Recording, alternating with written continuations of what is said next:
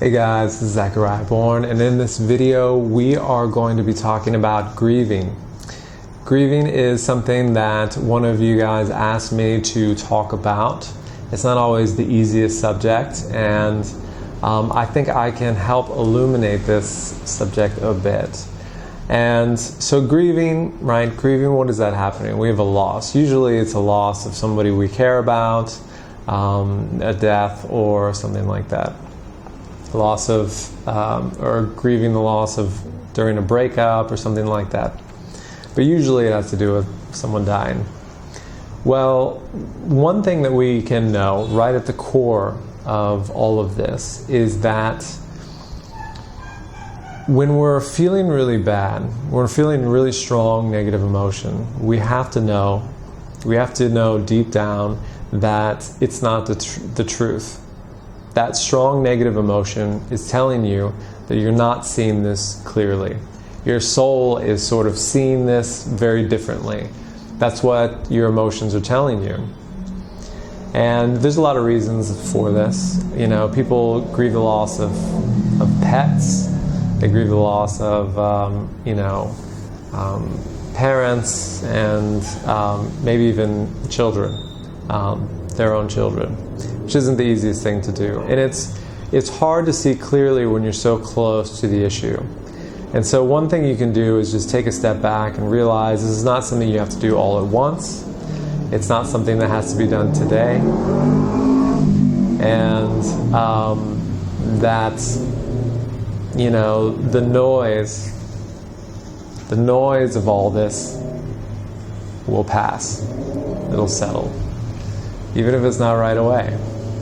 The noise of it will pass. And our minds can become clear again. We can start seeing clearly again. We can get back into our positive emotion. And as we get back into our positive emotion, we can start seeing more clearly. The reason we're feeling bad is because we're thinking about loss. We're thinking about unwanted. Emotions are actually very simple. And we say the grieving process. And maybe it being a process is something good. It feels good to call it a process because we know it's going to take a little bit of time. It's not something we have to do all at once. But we have to know at the end of the day, it doesn't have to be long if we don't want it to be. And it's okay if it is, but we have to understand that the reason we feel bad is actually very simple. Very simple. When you're thinking about something you want, thinking about wanted, you feel good. When you think about something unwanted, you feel bad. And it's very simple. So when you're grieving, you're thinking about something unwanted, probably something very unwanted. And you're thinking about it in a very strong way. So one thing you can do is sort of try to mentally lower the importance of it, if you can. You want to kind of try to lower the importance of it and realize that, one, death isn't a bad thing. We're all going to go eventually, all of us. And the great thing is more than 90%, probably 95, 99 for most people, most days, are not going to lose anyone. Right? It's pretty good. And yet that 1%, or much smaller than 1%, that's what we put all of our effort into. And if instead we can take that time to appreciate the people that are still here, which is most everybody, which is wonderful. Most everybody is still here, and it's going to be here tomorrow. And we really freak out and focus so much on so much negativity when one person goes, as if something is wrong with this. But this is very natural. And death is not a bad thing. Death doesn't mean you're going away. It doesn't mean that they're not still here with you, and oftentimes you can't actually start feeling that person who has passed. I know for me, my mother passed away and my two grandmothers, and I was, by most people I seemed very strange because I wasn't upset for too long. It's because I really had this stuff and I could really understand it. And once I started feeling good, I started feeling better and got back into a really positive place, I could connect with them. I could hear them. And because, when someone passes, they just go back to that pure positivity that all that old beliefs and all that stuff kind of goes away.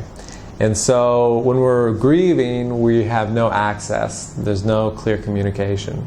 So instead, we have to be in a really positive place to communicate, to feel them, to know that they're there, and to have them be part of our lives still, which they are. And it's an eternal connection. So you don't have to worry about it so much. It's an eternal connection. So just wanted to share that with you guys. So what you do is, and it's a little difficult, and every day you're going to have to wake up and try to choose as good a feeling thoughts as you can, day after day after day. You have to get good at it. And sometimes an experience like this can be really wonderful because it can make you focus in a way that you were previously completely incapable of doing. And it can help you focus in many other areas of your life too, because once you get good at focusing through something that's very difficult, the other things are much easier. So you can just choose, you can stop and choose to feel good, and don't try to fight it. Don't try to fight it when you're not feeling good. Try to, when you first wake up or when you're feeling neutral, try to start the positive. Don't try to fix the negative, as they say. Try to start the positive, don't try to fix the negative. So as you are thinking more wanted, you're going to be thinking more like your soul is kind of thinking, and seeing the internalness of all these relationships, seeing this as a natural thing, seeing death as actually a positive as opposed to a negative, which isn't always the easiest thing to do.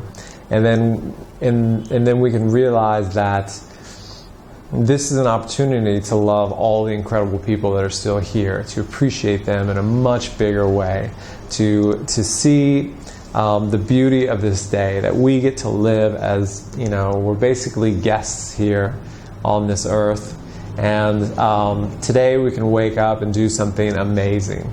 And hopefully it'll give us the feeling, the excitement in order to do that.